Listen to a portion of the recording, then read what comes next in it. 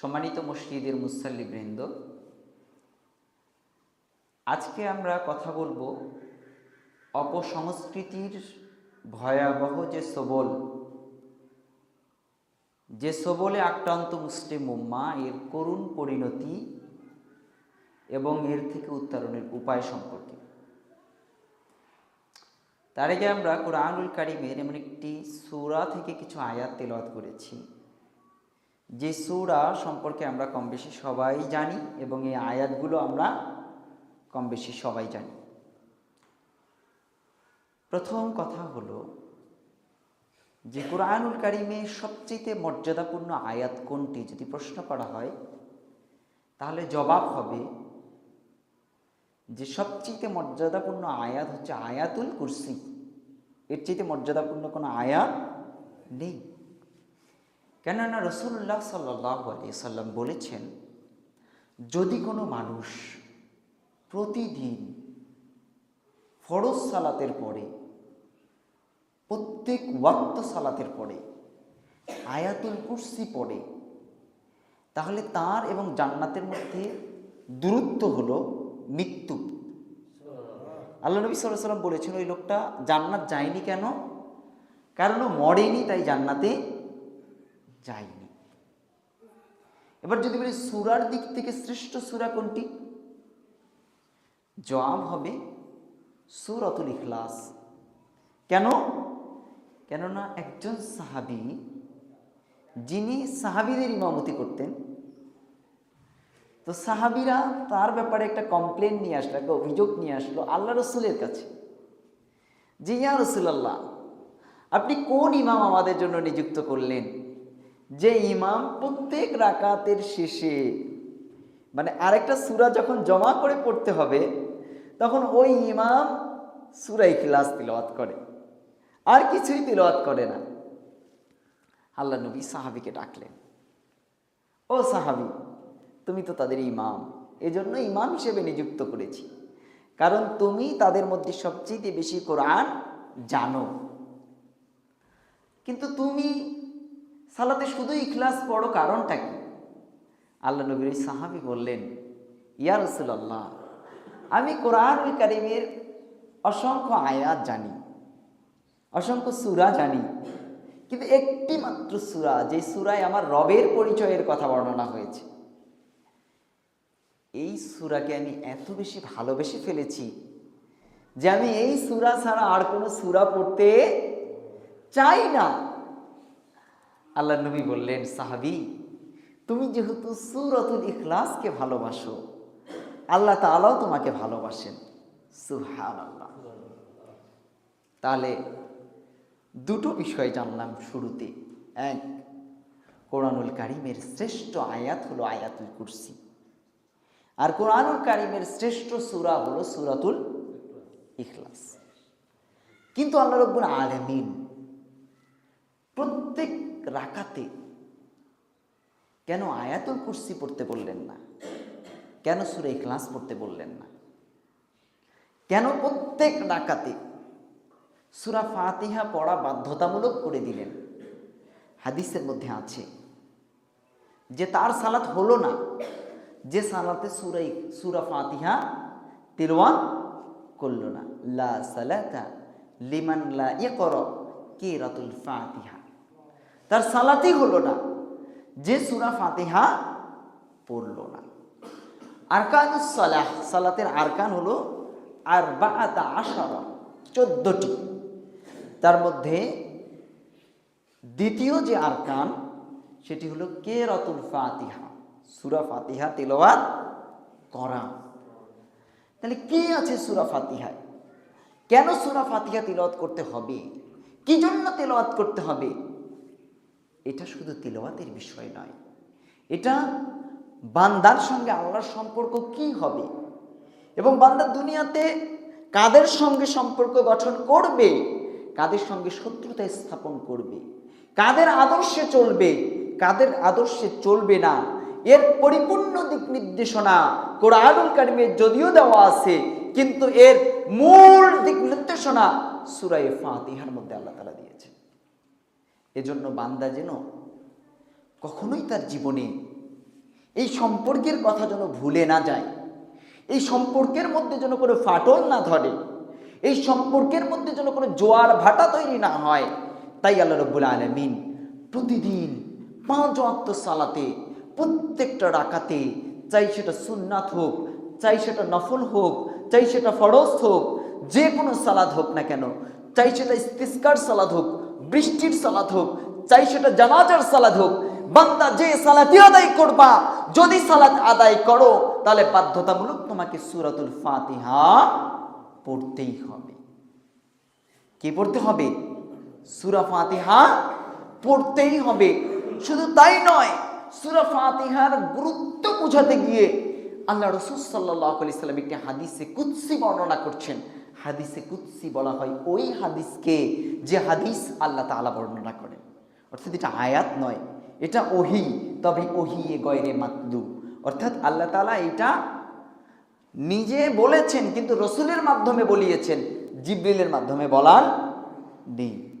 তো এই হাদিসে কুদসির মধ্যে আল্লাহ তাআলা জানিয়ে দিচ্ছেন যে বান্দা তুমি নামাজে যাই করো না কেন, কিন্তু মনে রেখে যখন তুমি সূরা ফাতিহা পড়ো তখন আমি আল্লাহ তোমার সঙ্গে কথা বলি।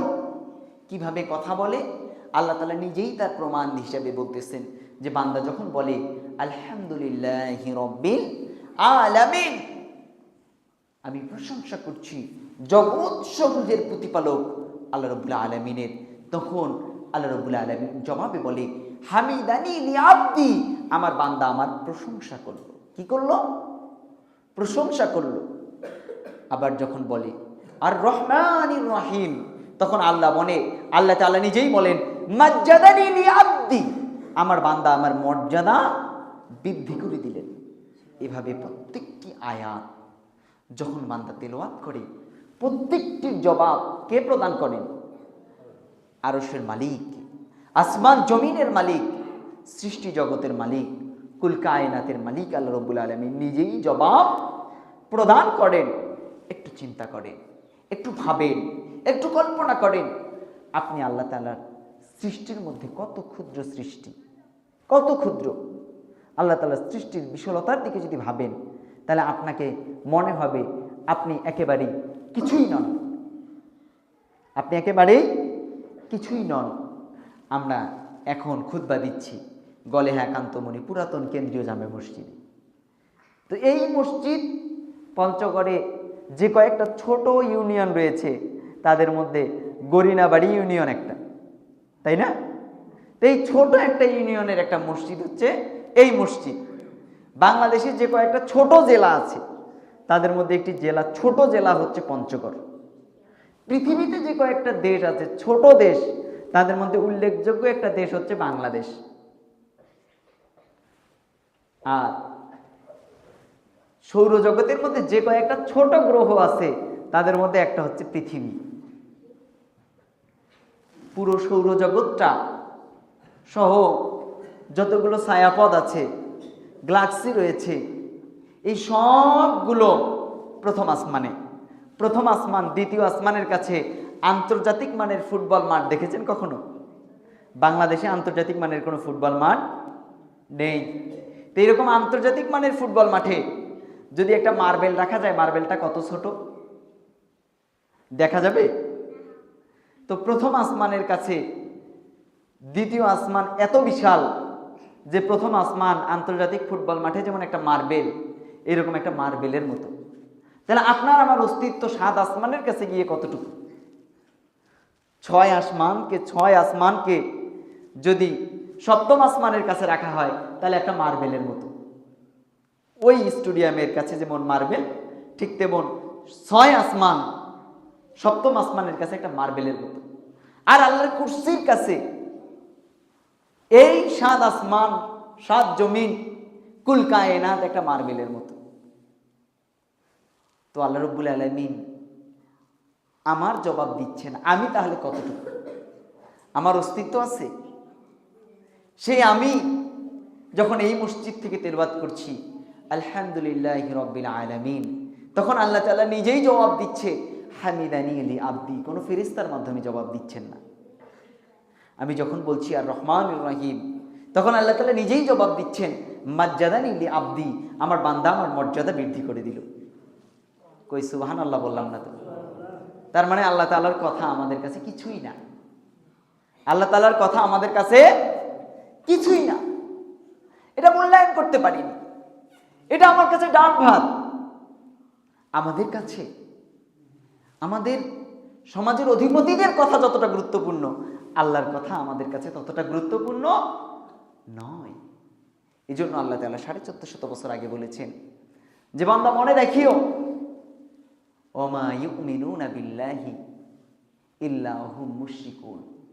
মানুষদের মধ্যে অনেক মানুষ আছে যারা ঈমান এনেছে, ঈমানদার দাবি করছে, দাবি করে আমি ঈমানদার, কিন্তু অহুম মুশরিকুন, তারা অধিকাংশই হলো মুশরিক।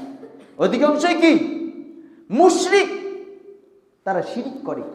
তারা আল্লাহকে, আল্লাহর বড়ত্ব, আল্লাহর মহিমা, আল্লাহর শ্রেষ্ঠত্ব এগুলো বুঝতে পারে না। এজন্য মনে রাখিও, সূরা আরাফের মধ্যে আল্লাহ তাআলা বলছেন যে ওয়ালাকাদ জারা'না লি জাহান্নামা কাসীরাম মিনাল জিন্নি ওয়াল ইনসি। মানুষ এবং জিনদের মধ্যে অধিকাংশ মানুষ, অধিকাংশ জিন জাহান্নামে যাবে। কেন জাহান্নামে যাবে? আল্লাহ তাআলা বলছেন লাহুম কুলুবুন লা ইয়াফকাহুনা বিহা, তাদের অন্তর আছে কিন্তু তারা অনুধাবন করতে পারে না। এই অন্তরের মধ্যে হাজার কিছু লালন করে সে, কিন্তু তার রবকে এটাকে লালন করতে পারে না, এটাকে বিশ্বাস করতে পারে না। সব কিছুতে সে সন্তুষ্টি পায়, কিন্তু রবের কথায় সন্তুষ্টি পায় না। রবের কথা তার মজা লাগে না। রবের কথা শুনলে বক্রতা খোঁজার চেষ্টা করে। বক্রতা খোঁজার চেষ্টা করেছিল নমরুদ, চেষ্টা করেনি? কেমন বক্রতা খোঁজার চেষ্টা করেছিল? হযরত ইব্রাহিম আলাইহিস সালাতু ওয়াস সালাম নমরুদের সামনে গিয়ে বলছে যে নমরুদ, এসো সেই রবের প্রতি ঈমান আনি, যেই রব তোমাকেও সৃষ্টি করছে, আমাকেও সৃষ্টি করছে, যে রব আসমান এবং জমিন সৃষ্টি করছে। নমরুদ বলছে তোমার ওই রব থাকে কই? তোমার এই রব থাকে কই? হযরত ইব্রাহিম আলাইহিস সালাতু ওয়াস সালাম বলছেন আমার ওই রব আসমানে থাকেন। কোথায় থাকেন? আসমানে থাকেন। নমরুদ বলছে তোমার আল্লাহরে দেখে নিব। তোমার আল্লাহরে কি করে নিব? দেখে নিব। কই নাউজুবিল্লাহ বললাম না তো? নাউজুবিল্লাহ। এবার নমরুদ খোলা মাঠে গিয়ে বিশাল বড় এক উঁচু টাওয়ার বানাইছে। বানানোর পর ধনুক আর তীর নিয়ে উপরে উঠছে। উঠার পর ঊর্ধ্ব গগনে আল্লাহর দিকে লক্ষ্য করে তীর মারে। বলেন তো তীর কি আদৌ আল্লাহ পর্যন্ত যাবে? যাবে কি? যাবে না। আল্লাহ তাআলাও শয়তানদের সঙ্গে চক্রান্ত করেন। আল্লাহ বলছেন মাকারাল্লাহু ওয়া মাকারা আল্লাহু খায়রুল মাকিরিন। তোমরা ষড়যন্ত্র করো আর আল্লাহ পরিকল্পনা করে। তোমরা ষড়যন্ত্র করো আর আল্লাহ কি করেন? পরিকল্পনা করেন। আল্লাহ তাআলা নমরুদের তীরটাকে ধরাই দিয়েছে ফেরেশতাদের মাধ্যমে। ফেরেশতা ধরো, নমরুদকে আপাতত সান্ত্বনা দাও। নমরুদকে আপাতত কি দাও? সান্ত্বনা দাও। তীরের মধ্যে আল্লাহ তাআলা লাল রং লাগাই দিয়েছে, রক্তিম বর্ণের বানিয়ে দিয়েছে। বানিয়ে দিয়ে তীরকে আবার জমিনের দিকে নিক্ষেপ করছে। নমরুদ এই রক্তিম বর্ণের তীর নিয়ে আনন্দে আত্মহারা হয়ে গেছে যে দেখো আল্লাহ তাআলার তাজাল্লিয়াত, আল্লাহ তাআলার ক্ষমতা, আল্লাহ তাআলার দাম্ভিকতা সব ভেনিশ করে দিছি। এই যে তীর, রক্তিম বর্ণের তীর, এই তীর এখন আমার হাতে। ইব্রাহিমের আল্লাহ শেষ। নাউজুবিল্লাহ বললাম না তো কেউ? মানে ইব্রাহিমের আল্লাহ আলাদা, আপনাদের আল্লাহ আলাদা, তাই না? আপনাদের আল্লাহ আলাদা, তাই না? আল্লাহর প্রতি বিশ্বাস নাই। নমরুদ এই রক্তিম বর্ণের তীর নিয়ে পুরো এলাকায় আনন্দ মিছিল করে বেড়াচ্ছে, র্যালি করে বেড়াচ্ছে। এখন যেমন আধুনিক যুগের নমরুদরাও মাঝে মধ্যে আল্লাহর বিধানের ওপর বৃদ্ধাঙ্গুলি দেখিয়ে আনন্দ করে, করে না? কি করে? কি করে না? দুনিয়ার সামান্য বিজয় পেয়ে মনে করে সে মনে হয় অনেক কিছু করে ফেলছে। এইরকম সেম নমরুদও রক্তিম বর্ণের তীর নিয়ে আনন্দের মতো হারায় আত্মহারা হয়ে গেছে। এখন যখন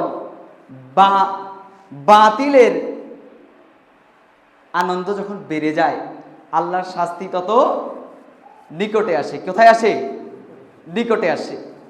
এবার আল্লাহ তাআলা ছোট্ট প্রাণী, ছোট্ট সৃষ্টি মাছিকে পাঠাই দিছে। আল্লাহর গজব।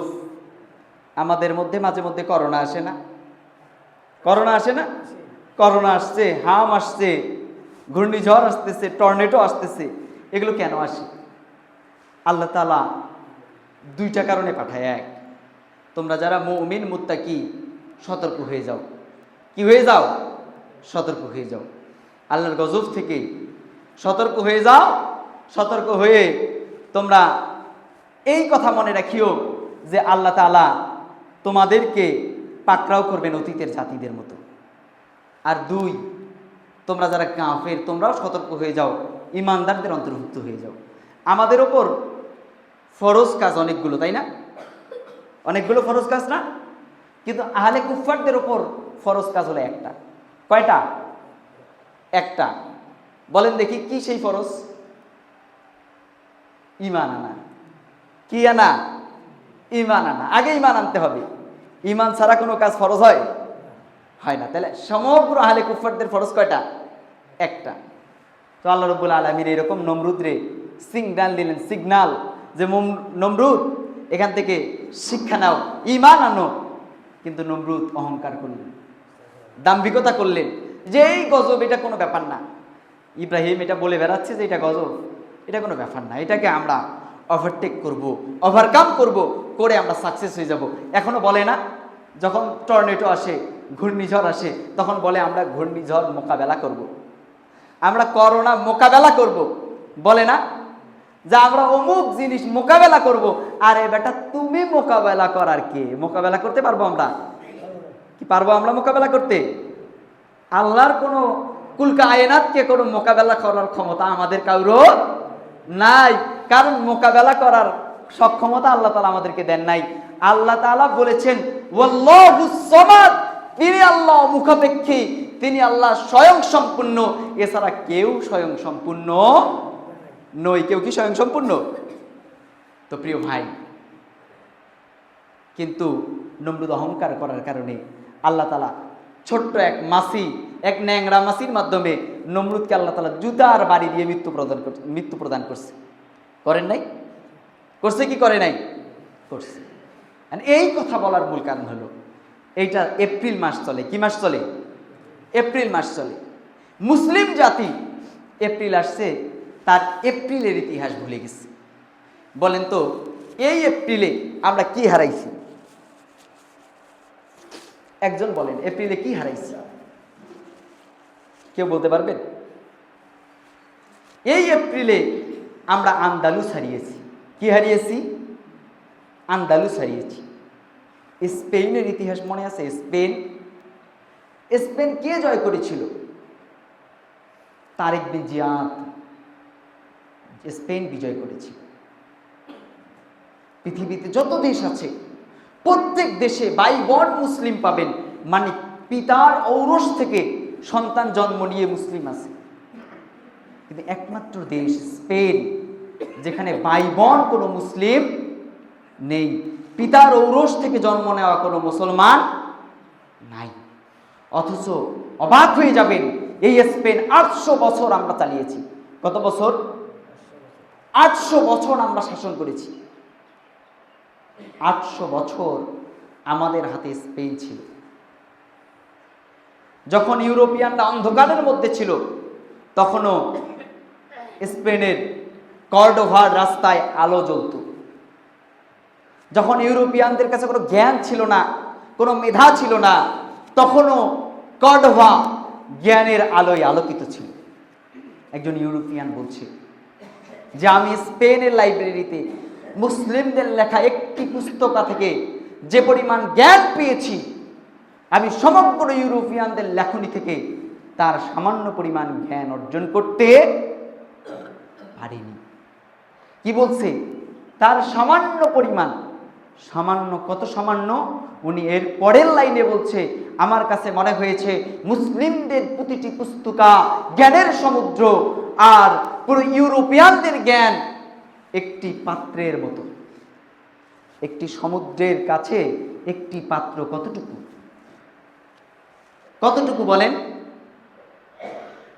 কোনো তুলনা হতে পারে? আজ আফসোস, দুঃখ, যুবক থেকে বৃদ্ধ সবাই ইউরোপিয়ান লিগ নিয়ে ব্যস্ত। কি ব্যস্ত না? আপনি যে বার্সেলোনা, আপনি যে রিয়াল মাদ্রিদ সহ যাদের সাপোর্ট করেন, তারা ওই মুসলিম নিধনকারী, হয় তারা মুসলিমদেরকে মসজিদে ঢুকিয়ে অগ্নিদগ্ধ করে হত্যা করেছে, নয়তো তারা মুসলিমদেরকে জুলুম করে, নিপীড়ন করে, হত্যা করে নিশ্চিহ্ন করে দিয়েছে, নয়তো জোর করে ধর্মান্তরিত করেছে। অর্থাৎ মুসলিম থেকে খ্রিস্টান, ইহুদি কিংবা অন্য ধর্মাবলম্বীতে কনভার্ট করেছে। অথচ আমরা তার ইতিহাস ভুলে গেছি। আমরা ভুলে গেছি 1 এপ্রিল আসলে আমরা মিথ্যা বলি, বলে আনন্দ করি, মিথ্যা বলি, হাসি ঠাট্টা করি, আনন্দ করি, প্র্যাঙ্ক করি। প্র্যাঙ্ক কি করি, কি করি না? করি কি করি না? কিন্তু এটা কি আসলে, এইটা কি আমাদের সঙ্গে ঘটে যাওয়া আনন্দের প্র্যাঙ্ক ছিল, নাকি আমাদেরকে ইতিহাস থেকে নিশ্চিহ্ন করে দেওয়ার প্র্যাঙ্ক ছিল? নিশ্চিহ্ন করে দেওয়ার প্র্যাঙ্ক ছিল। প্রিয় ভাই, আজ শুধু স্পেনের মাটিতে নয়, পৃথিবীতে ধাপে ধাপে ধাপে ধাপে এশিয়া মহাদেশ পর্যন্ত স্পেনের সেই আনন্দ, উল্লাস, মুসলিম নিধনের সেই উল্লাস ছড়িয়ে পড়েছে কি পড়ে নাই? বিশ্ববিদ্যালয়গুলোতে ছড়িয়ে পড়েছে কি পড়ে নাই? তার মানে মুসলিম জাতি নিজের রক্তক্ষয়ী ইতিহাসকে যারা ভুলে যায়, আল্লাহ তাআলা বলছেন, আল্লাহ তাআলা কোরআনুল কারীমের মধ্যে বলছেন, ফানজুর কাইফা কানা আকিবাতুল মুজরিমিন, তোমরা তোমাদের পিছনের পাপীদের দিকে তাকাও, কি কারণে তাদের উপর আল্লাহর গজব এসেছে। যেই বানি ইসরাইল, যাদের জন্য বদদোয়া করি, সূরা ফাতিহার প্রসঙ্গেই রয়েছে। সূরা ফাতিহায় কি বলি? ইয়াকা না'বুদু ওয়া ইয়াকা নাস্তাইন, হে আল্লাহ, আপনারই কাছে আশ্রয় চাই, আপনারই কাছে মস্তক অবনত করি, আর কারোর কাছে আশ্রয় চাই না, আর কারোর কাছে মস্তক অবনত করি না। বলি কি বলি না?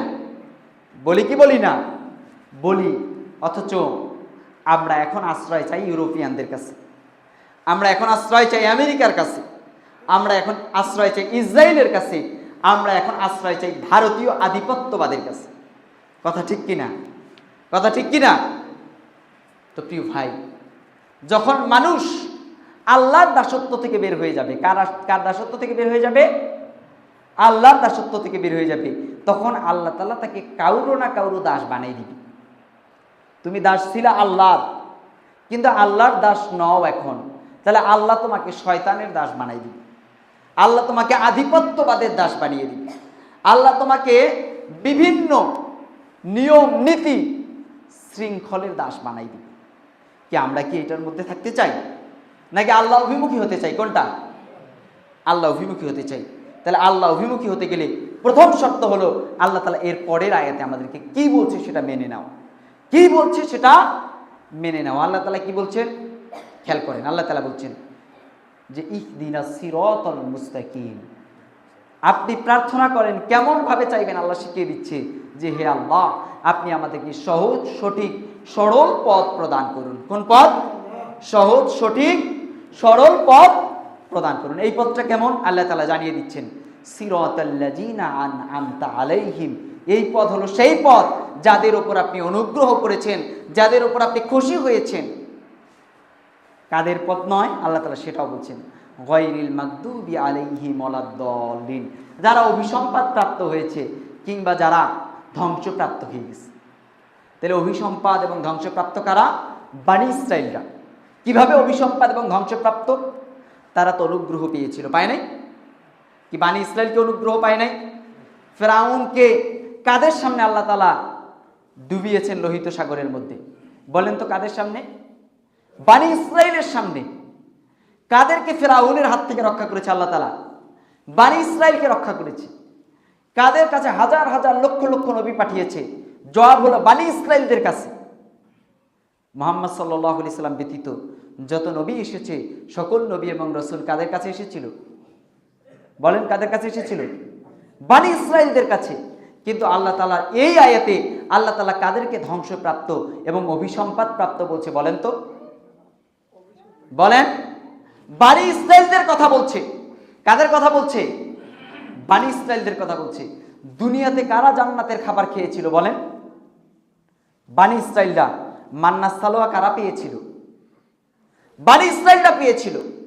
তার মানে মনে রাখবেন, এই ঘটনা আমাদেরকে শিক্ষা দিচ্ছে আল্লাহর নেয়ামত পাবা, কিন্তু নেয়ামতের সঙ্গে কুফরি করবা। কি করবা?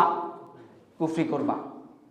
আল্লাহ তাআলা তোমাকে বানি ইসরাইলের মতো অধপতিত জাতি বানাই দিবে, ধ্বংসপ্রাপ্ত জাতি বানাই দিবে।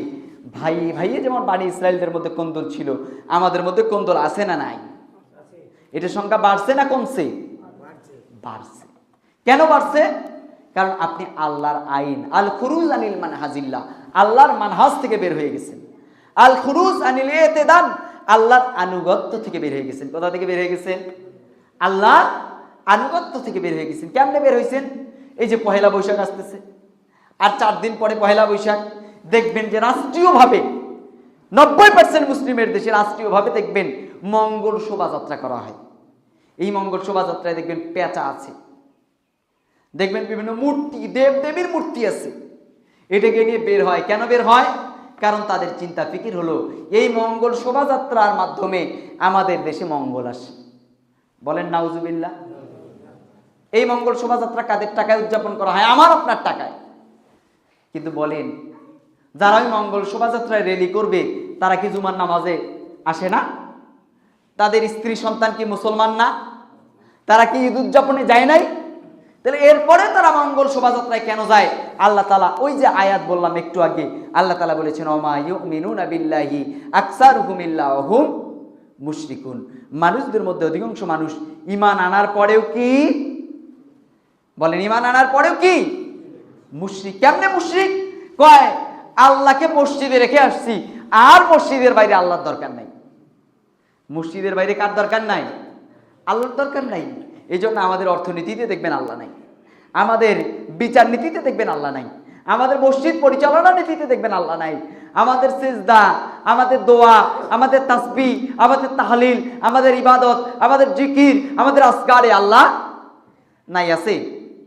আছে। আল্লাহ তাআলা বলছে, আল্লাহ নবী সাল্লাল্লাহু আলাইহি সাল্লাম বলছেন এই জন্য যে কিয়ামতের আগে আল্লাহর ঘর মসজিদ একেবারেই মুসাল্লিতে পরিপূর্ণ হয়ে যাবে, কিন্তু হুয়া খরাবুম মিনাল হুদা, কিন্তু হেদায়েত থাকবে শূন্য। হেদায়েত কি থাকবে? শূন্য থাকবে।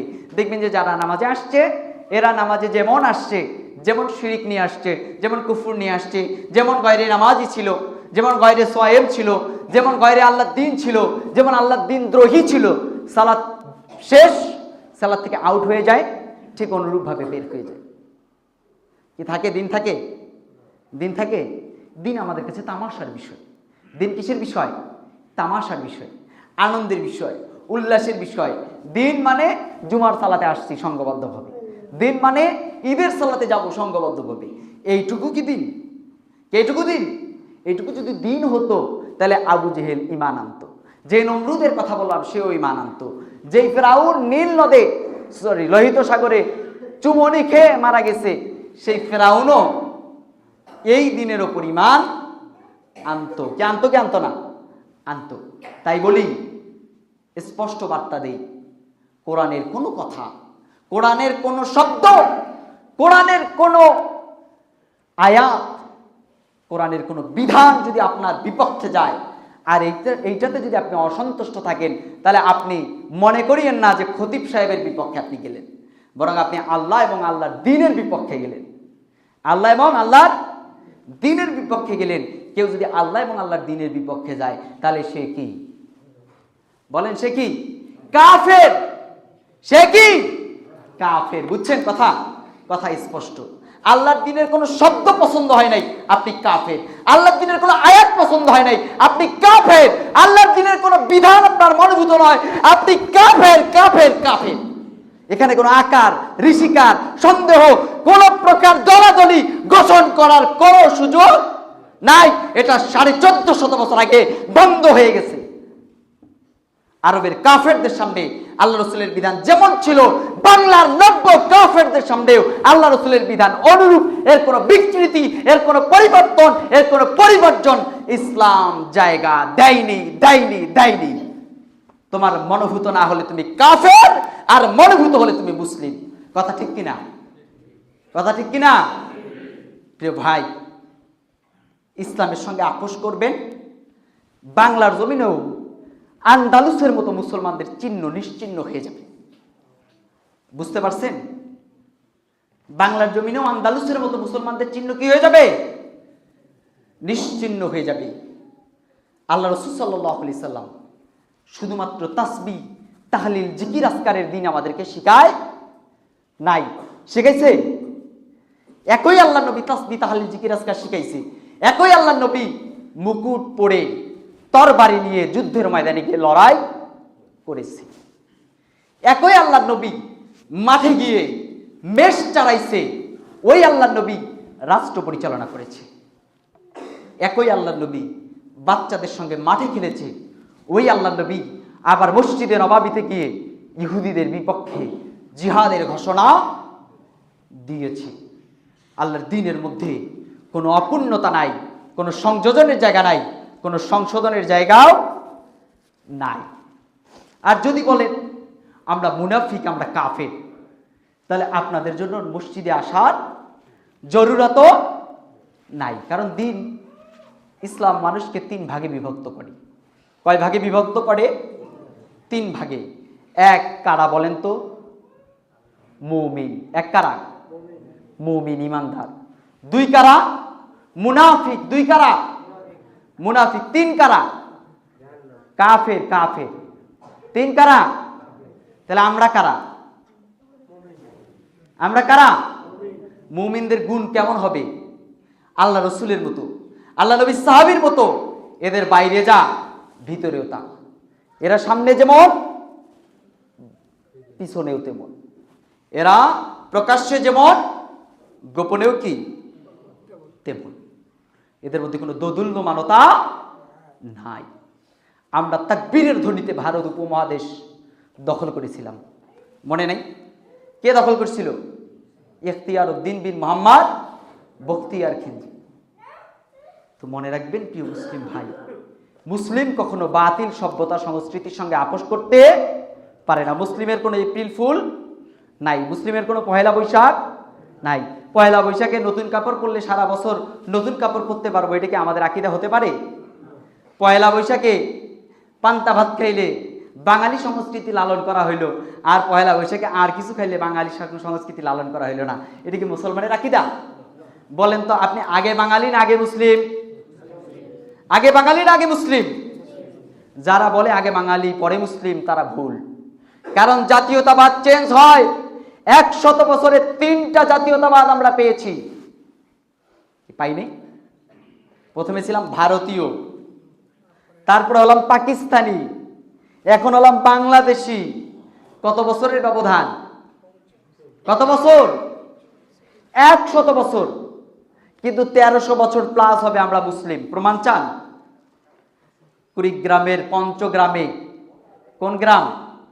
পঞ্চগ্রাম সাহাবী মসজিদ আছে, যে মসজিদ 69 হিজরিতে প্রতিষ্ঠিত হয়েছে।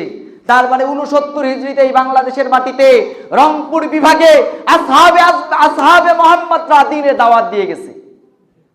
তার মানে যেদিন তোমাদের জন্ম হয় নাই, সেদিনও এদেশে এই অঞ্চলে ইসলাম ছিল, মুসলিম ছিল, আসহাবে আজমাইনদের পদচরণ ছিল। কি কথা ঠিক কিনা? তার মানে ইতিহাস যারা ভুলে যায় তারা কখনো দাঁড়াতে পারে না। আমরা মুসলিম, আমাদের উচিত নয় আমাদের ইতিহাস ভুলে যাওয়া। একমাত্র ধর্ম ইসলাম, যে ধর্মের ধর্মগ্রন্থের কোনো বিকৃতি আছে? কি সন্দেহ যে না, কোরআন মনে হয় নতুন আপডেট, নিউ ভার্সন, কেমনটা? তাই প্রিয় ভাই, আসুন কোরআন সুন্নাহর সঙ্গে কোনো প্রকার আপোষ না করি, আপোষ না করি।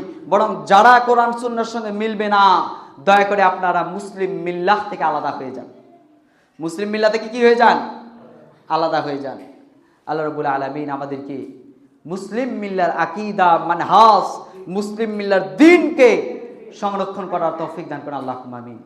আমাদের ব্যক্তিগত জীবন ইসলামকে মেনে চলার তৌফিক দান করেন, আল্লাহুম্মা আমিন।